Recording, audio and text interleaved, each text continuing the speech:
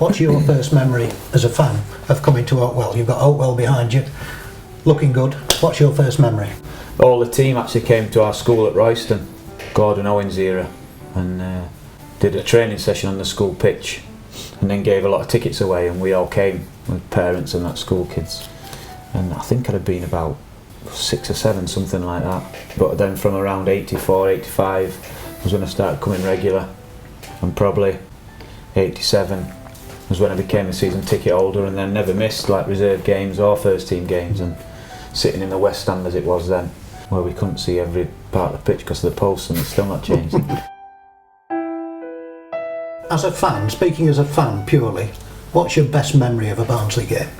Cup run where we played Stoke, and we played Stoke about 3 times with the Pink Panthers.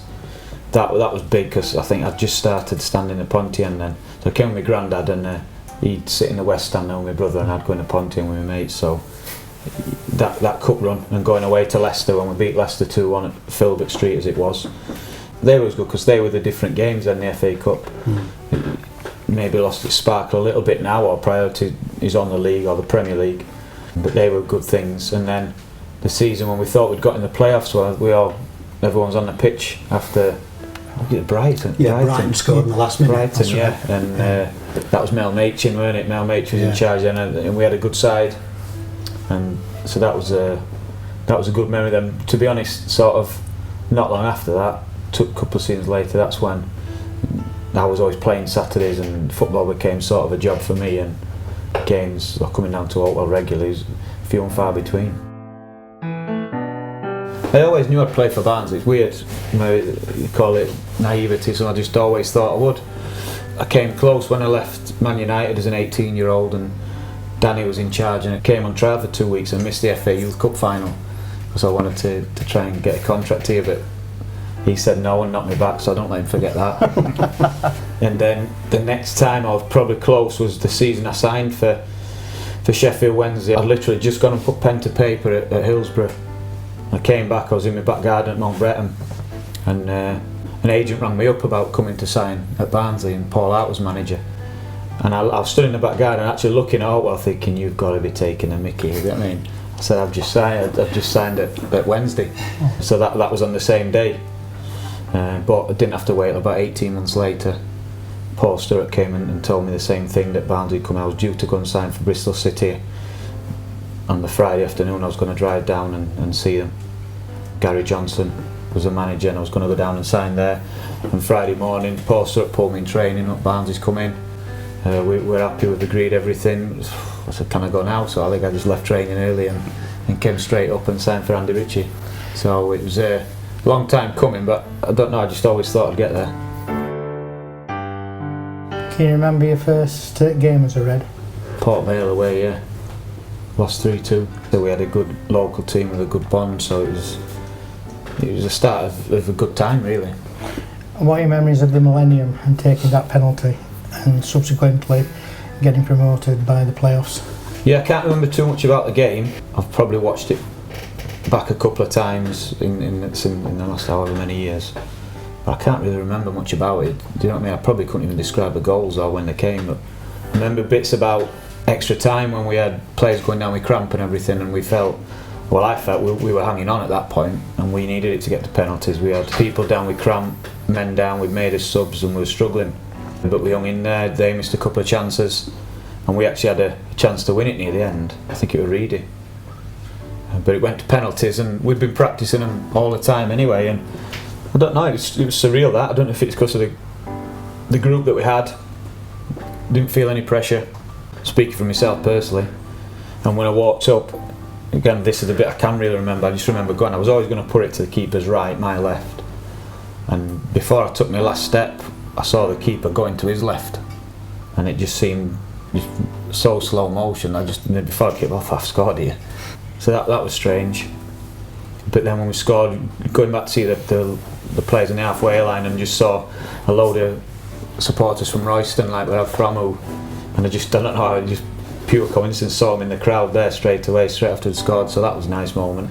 And then there's pictures where I was celebrating with some Royston lads at the other end of the pictures after we'd gone up. So they're my sort of memories.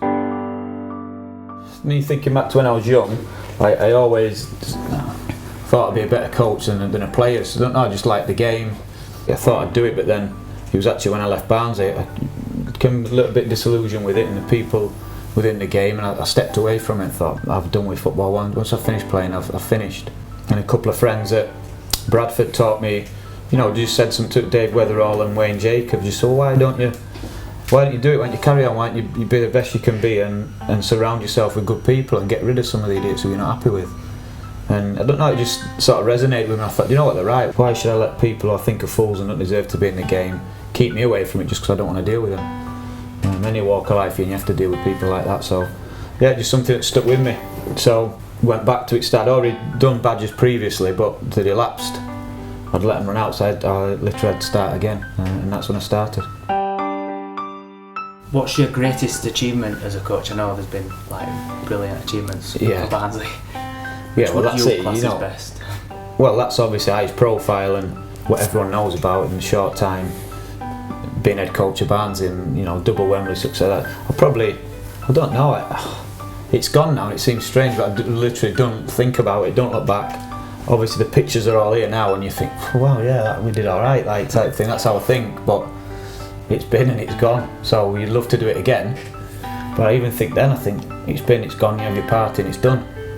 So it's strange that I don't know. I don't know if everyone would think like that.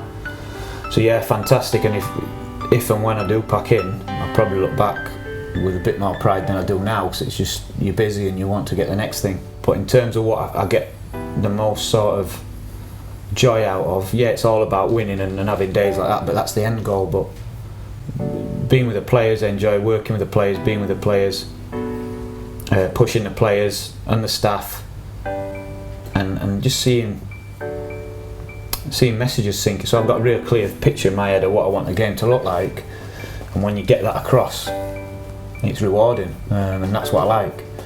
So you may have to change tact, you may have to be different with different people, but when you see it sink in, you see it get across and you see it work, and that probably gives me the most satisfaction. What do you think football club brings to town, like supporters?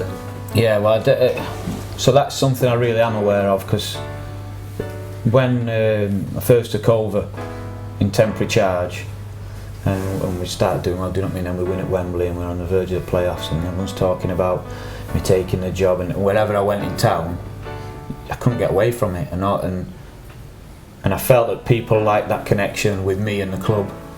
You can't ever forget it's about the results, so the results and the feel-good factor comes from that. But the fact that then they had someone who'd been a season ticket holder, worked at the club with the kids, and then now doing the first team and getting success, everyone was just on top of it. So I did make a conscious effort to embrace that and make sure we got the most out of it from a club point of view, so commercially, from, as we spoke about, that attachment between the club and the town, and from a performance point of view it was important. So there's that attachment there, but there was also an attachment due to the way we were trying to play, and the fans responded to that. They could see a team that they could be proud of, not just by results but how they were trying to play and the effort they were giving, the manner of the performances, how we were behaving. So it was a real conscious effort to try and get the power of that as well, that community spirit, if you like, and everyone behind the team and the players. And that's still part of our aim, and it should be part of our heritage and then part of our future going forward, because if we have to compete and be better than bigger clubs, bigger cities, clubs with bigger finance, we have to bridge the gap somehow, and that's a big way, having everyone on board and everyone pulling in the same direction. Patrick Criner, our owner, summed it up really well of late, where he said it is part of the heritage. We and the current ownership acknowledge that this football club belongs to the town and the people, and decisions that we make have a big impact on people's lives, and we've tried to bring the club back into not only the community but into the hearts of the town as well. And I think you can only do that if it stems from the top, so that comment about being in the heritage is really, really important. If you ask big clubs in the Premier League, they'd say the same, but if you ask the local people of that area, they'd be saying that a lot of that's been lost. And I think we're trying to reconnect and give that back at the moment.